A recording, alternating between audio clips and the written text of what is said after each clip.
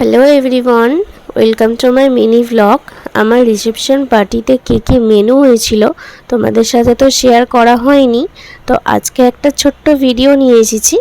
আমরা সবাই মিলে খেতে বসে পড়েছি, প্লেটও দিয়ে দিয়েছে, লবণ আর লেবু দিয়ে দিয়েছে। এখানে আমি, আমার বর, সব বরের বন্ধু মানে দাদারা সব খেতে বসেছে একসাথে, কিন্তু দারুণ মজা হয়েছে।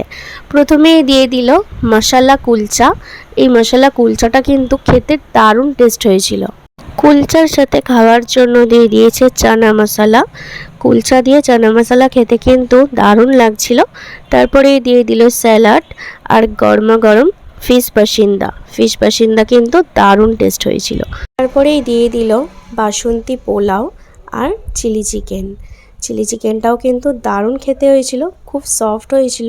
আর আমার কাছে চিলি চিকেন দিয়ে ফ্রাইড রাইসটা খেতে কিন্তু অসাধারণ লাগে। তারপরেই দিয়ে দিল লাল লাল ঝালঝাল মাটন। সত্যি কথা বলতে মাটনটা কিন্তু দারুণ খেতে হয়েছিল। মাটনের ফ্লেভারটা কিন্তু খুব সুন্দর হয়েছিল, দারুণ সফটও হয়েছিল।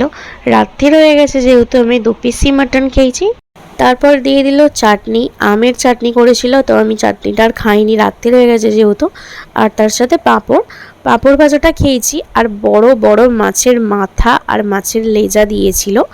তো দুজনে তো কেউ খেতে পারিনি। 2 রকম মিষ্টিও ছিল, মিষ্টিও আমি খুব একটা ভালোবাসি না, তাই খাইনি।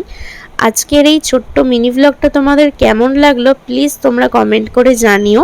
তো আমাদের এখনও খাওয়া দাওয়া পর্ব চলছে, খাওয়া দাওয়া হয়ে এসছে, এবারে আমরা বাড়ি যাব। তো আজকের মতো টাটা।